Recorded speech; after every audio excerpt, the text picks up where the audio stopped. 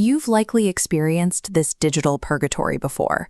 You land on a visually stunning website, complete with gorgeous typography and sweeping animations. Critical gap in digital development. Traditional graphic design prioritizes visual harmony and aesthetic balance. But in the digital space, aesthetic design must yield to user interface and user experience design, disciplines governed by how a product actually functions. To understand how digital products are systematically engineered from scratch, we can look at the industry-standard 2-week design sprint. This rapid-fire development cycle strips a product down to its core mechanics before building it back up. In the modern digital economy, human attention is the primary constraint. If a product looks beautiful but ignores human behavior, it fails to perform its basic function. It becomes useless. Day 1 of the sprint begins in a total visual vacuum. There are no discussions about color palettes, typography, or branding. Instead, the design team focuses entirely on mapping human psychology and identifying the specific needs of the end user. They start by building the information architecture. This is the unseen structural blueprint that takes a chaotic mass of content and organizes it into a logical, hierarchical flow. Every page, link, and menu is categorized so users can navigate instinctively. To ensure this structure works, designers create user personas. By stepping into the shoes of their target audience, they attempt to predict specific pain points and anticipate exactly what information a person will look for first. The entirety of Day 1 is an exercise in empathy. Before a single pixel is drawn, the team must prove that the digital product they are building actually solves a verified human problem. By the midpoint of the sprint, the team has transitioned into building the user experience, or UX. If the information architecture is the blueprint, the UX is the invisible skeleton of the product. Looking at this infographic comparing design disciplines, we can see the exact deliverables that make up the UX process: wireframes, user flow maps, and interaction models. Notice what is missing from this list. There is still no consideration for colors, fonts, or aesthetic choices. The UX designer's job is to anticipate every possible click, scroll, and decision a user might make.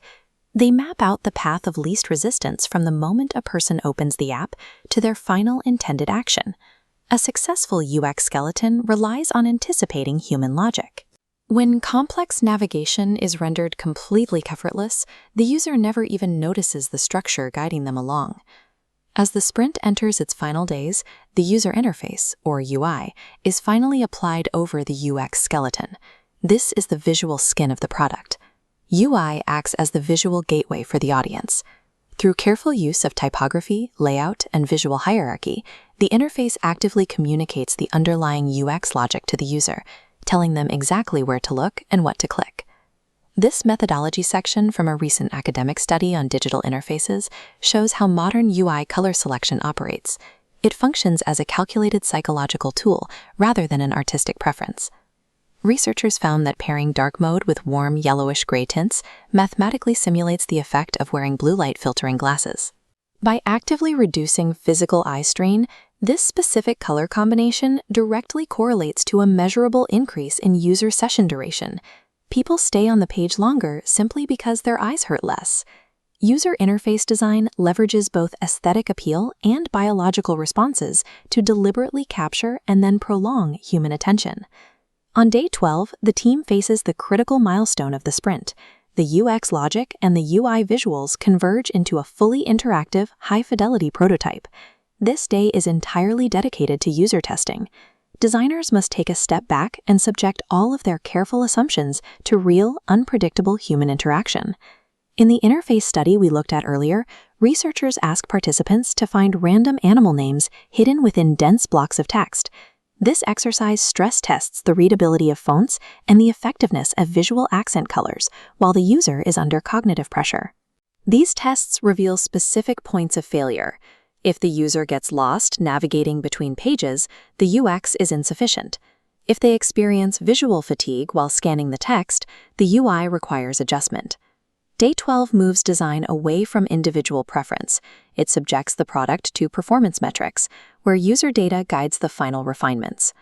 Zooming out from the microcosm of the 2-week sprint, we can see a broader evolution occurring across the professional design industry. Academic surveys of higher education design programs suggest a significant shift in requirements. Designing purely for surface-level aesthetics is no longer enough to sustain a professional career in the digital sector. Modern interface designers function more like behavioral scientists. To thrive in the industry, they must possess a deep literacy in coding, data analysis, and human empathy, merging empirical research with visual communication. It requires the functional integration of two distinct disciplines. The UI makes the user want to engage, while the UX ensures they can complete their task without frustration. When these two forces are harmonized, the design itself becomes secondary to the user's goals. Ultimately, it leaves behind a truly frictionless experience,